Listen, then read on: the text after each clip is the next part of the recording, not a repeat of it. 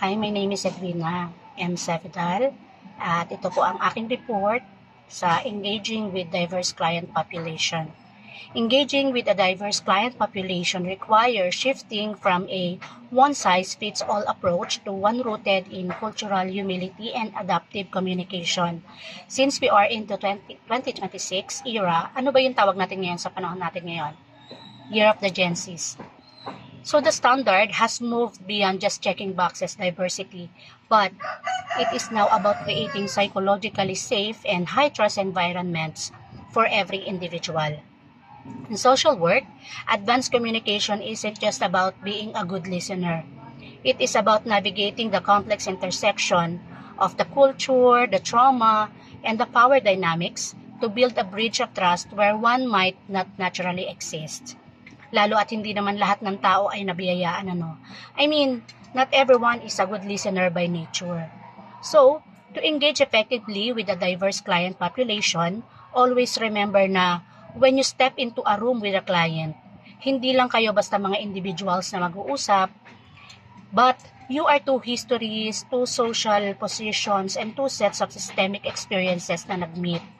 So, we, as the practitioner, we must try to stand in the client's shoes para mas maintindihan natin sila. It's an advanced communication in social work that moves beyond basic empathy and into socio-political awareness. And for the linguistic agility, we must shift our communication style in the real time for us to be able to navigate the invisible. Ito yung mga opposite ng mga baon nating mga professional scripts that requires an understanding of how power, privilege, and history sits in the room with you. So, nag-prepare po ako ng mga several advanced engagement techniques na maaari po nating mai-apply. First is the strategic relationship building and cultural humility. We must identify and engage trusted leaders, reach out to the community leaders, faith-based organization, and local influencers because they have already established trust. Because when we are entering a community as an outsiders or a formal authority, you are starting with a trust deficit. Reaching out to the established leaders and influencers isn't just a shortcut, but it is a credibility transfer. Identifying and engaging to those trusted leaders are not just a networking task, but it is a legitimacy strategy na pwede natin gawin, and these leaders can help us bridge the trust gap and validates our initiatives. Also, before we begin, we need to conduct cultural research for us to understand the cultural norms of the group, such as communication styles, or their views on authorities, or gender dynamics. It is not about memorizing a list of traits for different ethnicities, but it is about deconstructing our own defaults so we don't accidentally weaponize our professional power. Also, we must prioritize building rapport over and before pushing an agenda. Because remember that the relationship first approach is the only tool strong enough to dismantle those invisible barriers.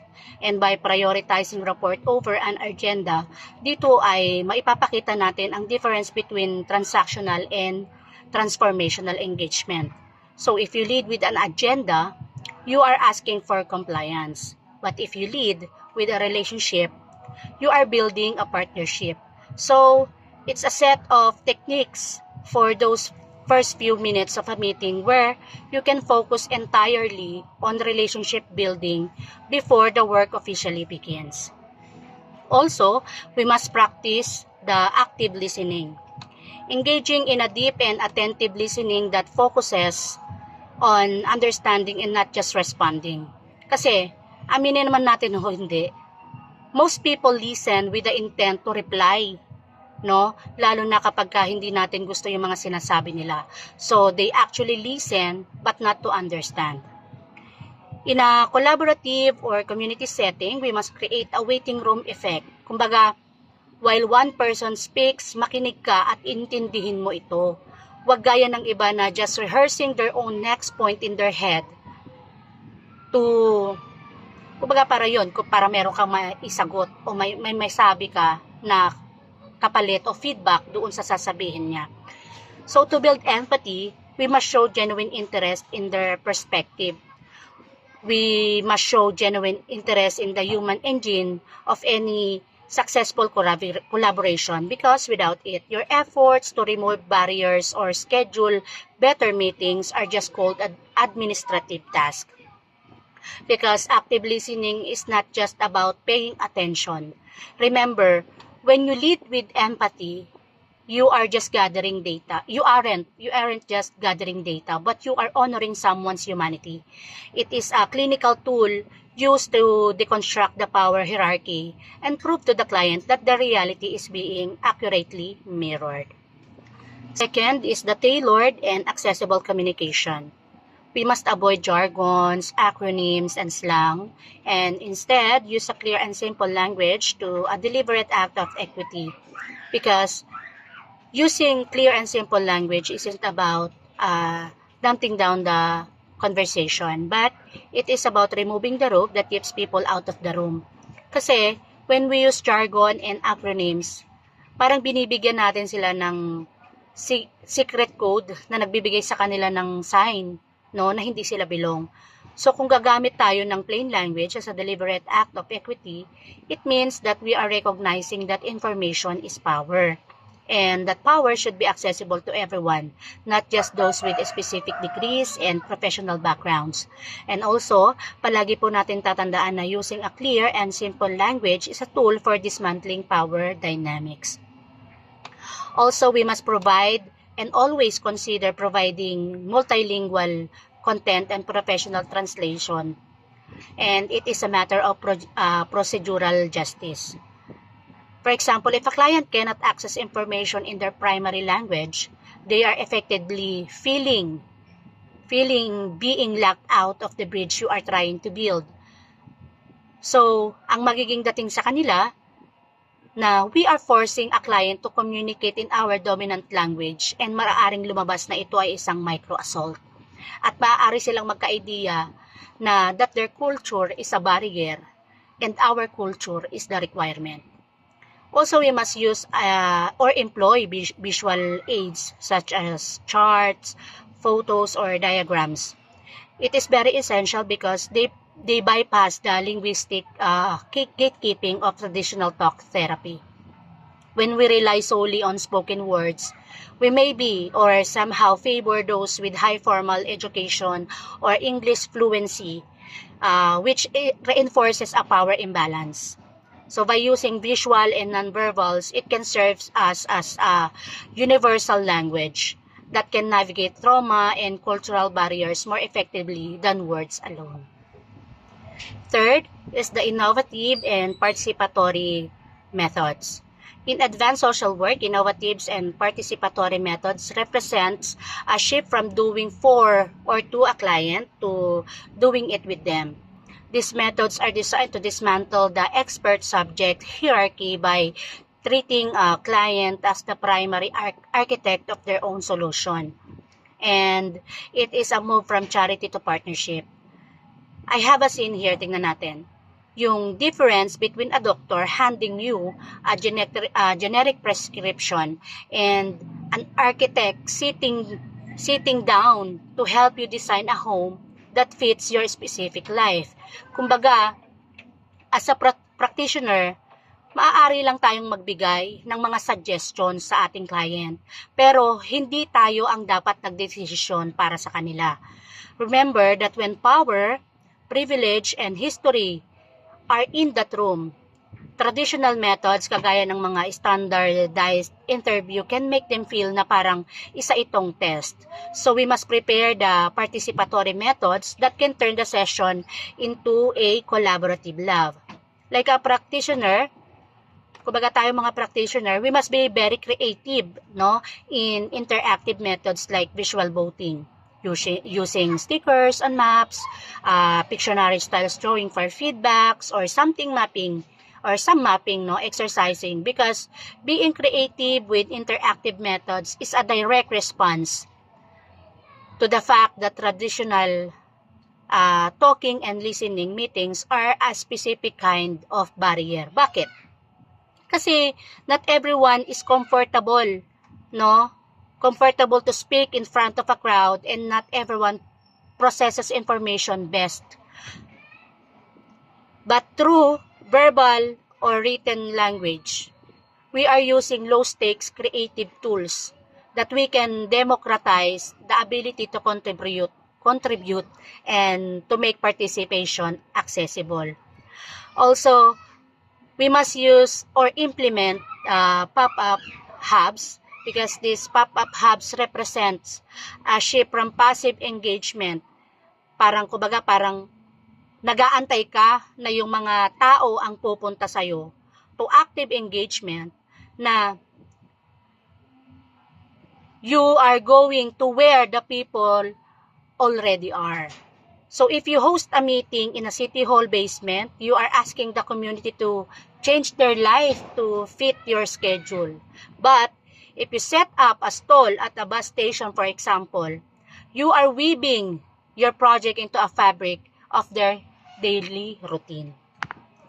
In addition, we must allow and involve community members in the planning phase by inviting them to help shape the project. Kumbaga, katulong mo sila na gagawa at pag-uusapan para maayos yung isang project na yan. Hindi yung ipapabasa lang natin sa kanila kung ano yung plano mo at ang nagawa mong proyekto. Number 4, removing participation barriers. So, why do we need to remove the participation barriers? Because removing the participation barriers isn't just about being nice, but it is about functional efficiency. When we lower the hurdles for the people to join in, whether in workplace, a classroom, or a community project, you are essentially optimizing your collaborative brain power. So, by providing practical support, this strategy is about acknowledging a simple truth. Time and presence are not free.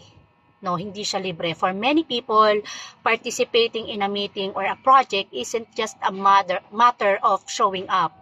It is about a complex logistical puzzle that carries a literal price tag.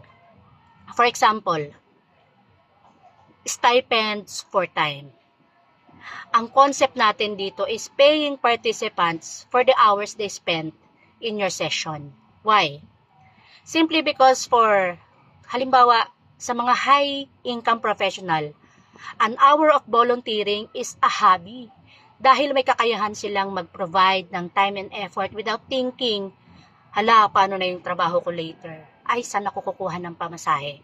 Hindi gaya ng iba na nagtatrabaho per oras or they have multiple jobs.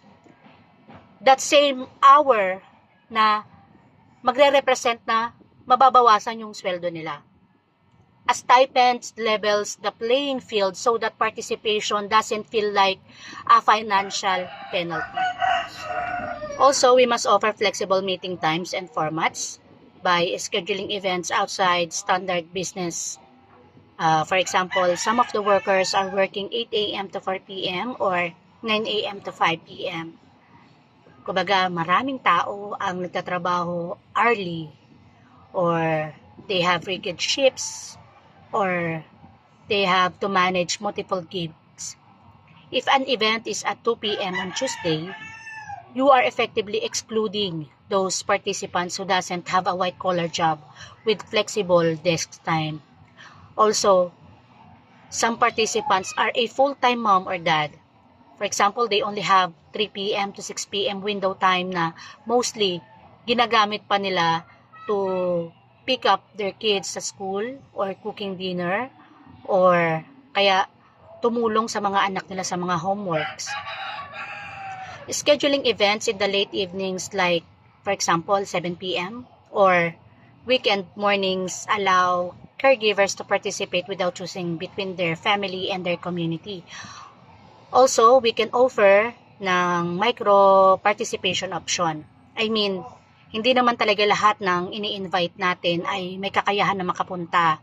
So, we must provide din also ang hybrid option that can allow people to pop in for the specific part of the meeting that concerns them. Kumbaga parang a busy parent might not be able to commit to a 3-hour town hall, but they can listen. No, they can listen to a 20-minute segment on local parks while nagtutupi ng damit. So honestly, these two option approach are two of the most effective ways to move from nominal participation to a meaningful inclusion. Also, we must create a safe spaces. So by creating a safe environment, it isn't just a matter of comfort, but it is a prerequisite for honesty that we have to look at how human brain functions under pressure.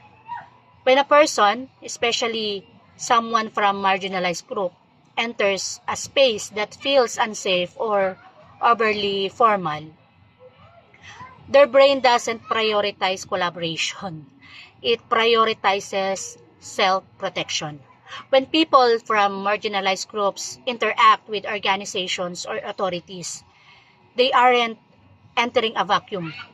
They are bringing a backpack of past experiences, that some of which may involve exclusion, dismissal, or even harm.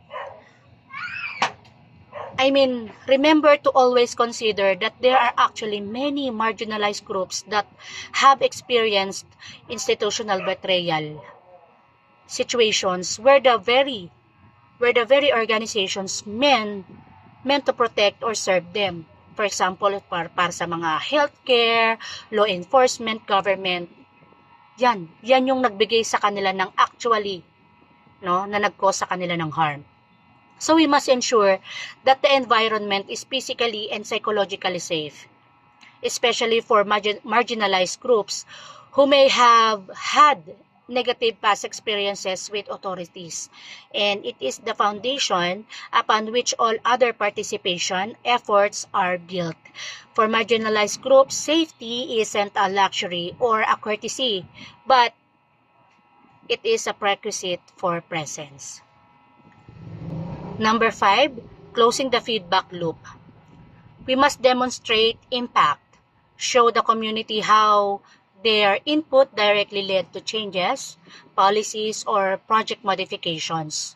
If their input was not used, we must explain why, and it is arguably the most important steps in the entire engagement process. Because without it, everything else you've done, like the pop-up hubs, the stipends, the deep listening, can feel like extractive research rather than a genuine partnership. Also, to maintain ongoing dialogue, we must view engagement as a continuous process rather than a one-off event. It is the difference between transaction and a relationship. In many communities, especially those that have been marginalized, people are used to helicopter engagement. Ano ba yung helicopter engagement? Ito yung parang where an authority figure, or like example, yung mga politicians natin, where the politicians drops in and gets what they need. For example, a vote, a survey response, or a signature, and then disappears. To maintain an ongoing dialogue, we must move from a campaign mindset to a neighbor mindset. So the insights here is, you cannot build a bridge to a community if you only shows up to work on it during an election or a grant cycle. A neighbor mindset means you are a permanent part of the landscape, making that bridge a natural extension of the neighborhood rather than a foreign object dropped from above. And we must have a regular updates and consistent presence to build the trust over time. Technology. We must use a targeted digital outreach. By utilizing digital platforms is necessary in 2026 sa panahon natin ngayon. But it is also a double-edged sword na if we done it poorly, it may becomes another barrier. But if we done it with a focus on accessibility and language, it becomes a bridge to the missing middle, to those people who are often absent from traditional community meetings. Also, we must utilize a demographic data by using census data and local surveys. It is the reconnaissance phase of engagement. Kumbaga, you cannot build a bridge if you don't know how wide that river is or what the soil is like on the other side. And if you don't use data to understand your demographics, your outreach will naturally default to the standard residents na usually the most visible, English-speaking and affluent, while the invisible groups remain left out. So we must use census data and local surveys to understand the specific, diverse demographics of the area you are engaging. And this will allow you to tailor your outreach to a specific group. Thank you.